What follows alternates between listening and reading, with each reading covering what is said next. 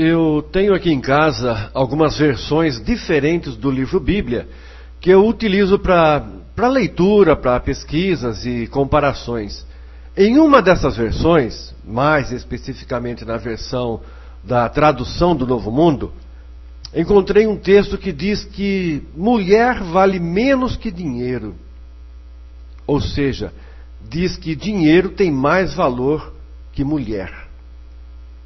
Estas são palavras do rei Salomão, um homem considerado sábio e exemplar pela maioria das facções religiosas, devido ao seu êxito e sucesso financeiro e material, mas que na verdade mostrou-se ser um homem desarrazoado, um burro. Mas essa é outra história, né? É outra coisa, e já postei sobre esse rei idólatra, sobre esse rei praticante de seita secreta, mística e ocultista, e que além disso tudo, ainda era sexualmente perturbado ou desequilibrado, sei lá. Mas vamos ao que interessa. Esse tolo rei sábio disse que dinheiro tem mais valor que muitas mulheres juntas. Isso está registrado aqui, em Provérbios 31, 29. Dá só uma olhada o que é que diz o texto. Aqui na versão do na tradução do Novo Mundo. Há muitas filhas ou mulheres que demonstram capacidade, mas tu sobrepujaste a todas elas. Há muitas mulheres que demonstram capacidade, mas tu, dinheiro, grana, bufunfa, sobrepujou a todas elas. Está vendo? Calma, gente. Isso é uma brincadeira, você já se apercebeu disso. É uma brincadeira, mas tem um fim nobre, que é transmitir informações. O que falei sobre Salomão é um fato, mas o texto que mencionei aqui não tem nada a ver com a verdade. Eu menti. Então vamos corrigir isto, tá certo? Vamos colocar os pingos nos is, tá certo? Tu, evidentemente, está substituindo a palavra você. Há muitas mulheres capazes, mas você, você sobrepujaste a todas elas. Então aqui, Salomão está se referindo a uma pessoa em especial. Ok? Nessa versão de onde eu transcrevi o texto, ele aparece deste jeito mesmo, né? Tu, separado por um traço. Mas em outras versões aparece apenas um tu. Ficando assim, né? Tu sobrepujaste a todas elas. Ou então aparece a palavra você. Você sobrepujou a todas elas.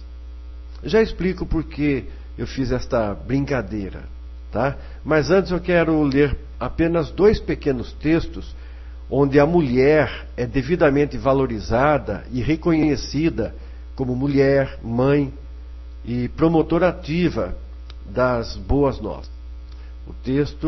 Os textos estão aqui, olha.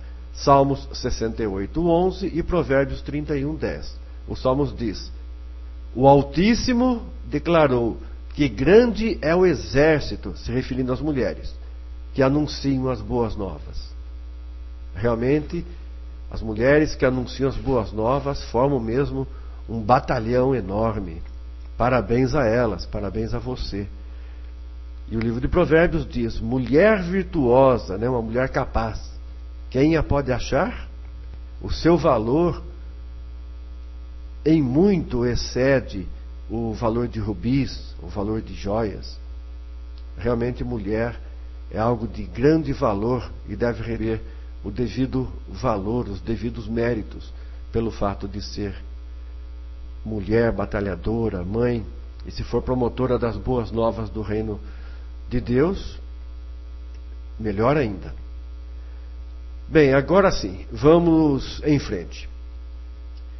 Eu distorci um texto o texto, dando a ele o sentido que eu queria. Eu peguei uma palavra que era referente a uma pessoa física, né, que Salomão estava se referindo a uma pessoa física, e eu transformei em algo relacionado com papel moeda, com valor monetário. Do mesmo modo como eu peguei algo positivo e o transformei em algo negativo, eu posso pegar algo negativo e transformá-lo em positivo. E neste caso, neste último caso, quando a gente pega algo negativo e transforma em positivo, embora ele pareça positivo, ele ainda continua sendo negativo, continua sendo talvez até prejudicial. Vou dar um exemplo, e creio que este exemplo irá lhe proporcionar um entendimento mais cabal, e acho até que você irá achar muito interessante os detalhes. Ok? Vamos lá? A pergunta é: aquela estrela que conduziu os magos até o Salvador, enquanto o Salvador ainda era uma criança, aquela estrela era da parte do Criador? Era da parte do Altíssimo? Preste bastante atenção na leitura desse texto que eu vou ler agora. Mateus capítulo 2, dos versículos de 1 em diante, diz o seguinte: E tendo nascido Salvador em Belém da Judéia, no tempo do rei Herodes, eis que uns magos que seguiam uma estrela vieram do Oriente a Jerusalém. Chegaram-se primeiramente a Herodes e perguntaram: Onde está aquele que é nascido rei dos judeus? Porque vimos a sua estrela no Oriente e viemos adorá-lo. E o rei Herodes, ouvindo isto, que havia um rei, que havia nascido um rei, perturbou-se. E congregados todos os príncipes dos sacerdotes e os escribas do povo, perguntou-lhes onde havia de nascer o Cristo, aqui está adulterado, né? Onde havia de nascer o Messias. E eles lhe disseram: em Belém da Judéia. Então Herodes, chamando secretamente os magos, inquiriu, né? Indagou deles exatamente acerca do tempo em que a estrela lhes aparecera. E enviando-os a Belém, Herodes disse: Ide e perguntai diligentemente pelo menino, e quando o achardes, participai-me, para que eu também vá até ele e o adore. E tendo eles ouvido o rei, partiram, até que chegaram ao lugar onde estava o menino. E vendo eles a estrela sobre onde estava o menino, tiveram grande alegria. E entrando na casa, acharam o menino. E tendo eles se retirado, depois que fizeram tudo que tinham de fazer, eis que um anjo apareceu a José em sonho, dizendo: Levanta-te, toma o menino e sua mãe e foge para o Egito, e demora-te lá, até que eu te diga para que volte. Porque Herodes há de procurar o menino para o matar. Então Herodes mandou matar todos os meninos que havia em Belém e em todos os seus distritos, de 2 anos para baixo, segundo o tempo que diligentemente inquirira, né, ou indagara dos magos. Com Herodes já morto, passado algum tempo, Herodes já morto, o anjo reapareceu num sonho a José no Egito, dizendo: Levanta-te e toma o menino e sua mãe e vai para a terra de Israel, porque já estão mortos os que procuravam a morte do menino. E assim ele o fez. Aqueles 3 homens classificados de magos, que estavam nos campos observando as estrelas e que foram ao encontro do Salvador, enquanto Salvador ainda era uma criança, eram de fato astrólogos procedentes do Oriente. conforme os textos aqui. Embora a astrologia seja popular entre muitos povos hoje em dia, ela é fortemente desaprovada na Escritura. Será que o Pai Maior conduziria ao recém-nascido Emanuel pessoas cujas práticas ele, o Altíssimo, condenava? Isso seria ilógico, isso seria incoerente. Mateus capítulo 2, do 1 ao 16, mostra que a estrela guiou os astrólogos, veja bem, primeiro ao rei Herodes, e só depois ao local onde se encontrava o Salvador, ainda criança. E o contexto mostra que Herodes procurou fazer com que o Salvador fosse assassinado. Interessante observar que os relatos contidos na Escritura que abordam essa ocasião não mencionam que alguma outra pessoa, além dos astrólogos, tivessem visto ou comentado sobre a aparição da estrela. Depois que os astrólogos partiram, ou seja, depois que saíram da presença de Herodes para irem ao encontro do Salvador menino, um anjo do Yahweh avisou José de que deveriam fugir para o Egito, a fim de salvaguardar o menino.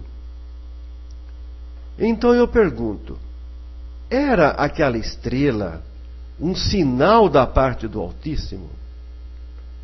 Ou era um sinal de alguém que procurava mandar destruir o Filho do Homem? Outra coisa interessante.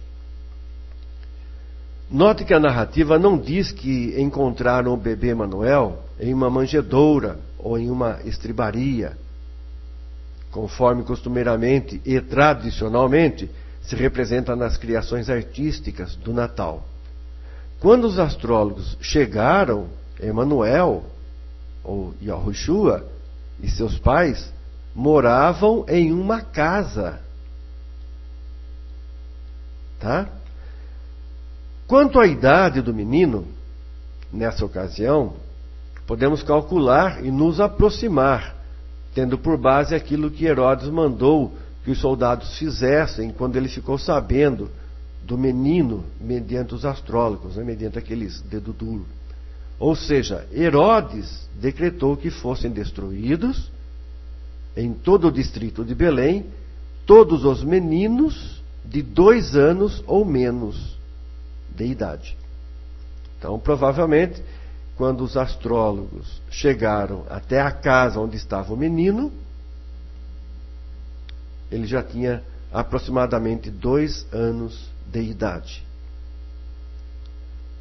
A ciência atual, mediante seus meios tecnológicos, também apresentam a sua versão sobre este evento da aparição da estrela por ocasião do nascimento do Salvador, explicando que naquela mesma época, que não era 25 de dezembro, ocorreu nos céus um evento astrofísico, mais precisamente um alinhamento planetário que refletia a luz solar, ocasionando um brilho maior que o normal.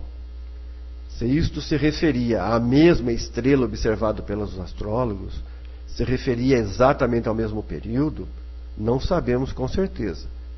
Mas menciono este fato para fazer justiça aos pontos de vista observáveis, tanto pelo aspecto religioso como pelo aspecto científico. Ok? Do mesmo modo como eu distorci a palavra tu, ou você, dando o sentido de tutu, de dinheiro, veja bem, do mesmo modo, as facções religiosas distorcem a real imagem, a real finalidade e o real originador daquela estrela. Pois isso, além de trazer um aspecto tenebroso e sobrenatural sobre o Natal, também implicaria em se vender menos estrelas natalinas e outras coisas relacionadas, por ocasião dessa data tão festiva e lucrativa. revelar as verdades causaria uma situação incômoda, principalmente para esses líderes religiosos que gostam de promover eventos natalinos, se trajando de Papai Noel, distribuindo presentes entre a membresia, etc. e tal. Certamente muitos comerciantes olhariam também de modo torto para o líder religioso e para a sua facção religiosa. Isso sem se mencionar que muitos líderes religiosos possuem um comércio em sua cidade onde vendem tais abominações. Ou então a sua esposa, ou seu filho, filha, ou um outro parente, ou um amigo achegado tenha tal espécie de comércio e teria um prejuízo financeiro caso os leigos das facções religiosas viessem a ter o conhecimento verdadeiro sobre este assunto. Agora eu quero lhes mostrar outra distorção que líderes religiosos fazem, substituindo uma coisa por outra totalmente diferente, e mais precisamente por dinheiro. Observe este pequeno vídeo. Você tá por fora. Eu não sei como é que um cara desse é reitor de uma universidade católica, falando uma arneira e uma babuzeira dessa que não tem nem tamanho. Olha o que diz. Mateus 23, 23. Engraçado que é o capítulo dos hipócritas. Ai de vós, mestres da lei e fariseus, hipócritas. Vocês dão o dízimo da hortelã, do endro e do cominho, mas têm negligenciado os preceitos mais importantes da lei: a justiça, a misericórdia e a fidelidade. Vocês devem praticar estas coisas. Que coisas? A justiça, a misericórdia e a fidelidade, sem omitir aquelas. Omitir o quê? O dízimo. Como é que a Bíblia não diz? Como é que o Novo Testamento não diz? Com licença, hein? Tá de brincadeira.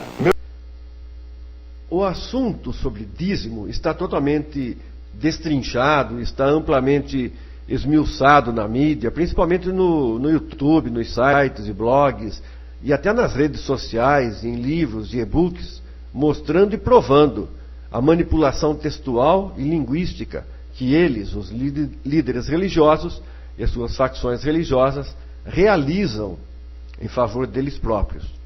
De modo que não vou adentrar este tema, mas vou apenas apontar os detalhes deste trecho do vídeo, ok? Primeiro, não conheço o senhor ou o doutor Jesus Hortal Sanches, que é reitor de uma universidade católica no Rio de Janeiro, da PUC, mencionado pelo senhor Silas em seu vídeo, mas tenho de parabenizá-lo, pois tendo ou não conhecimento sobre esse tema do dízimo, ele está corretíssimo em sua postagem. Lamentavelmente, a presunção do senhor Silas o faz dar mais uma bola fora. Eu explico.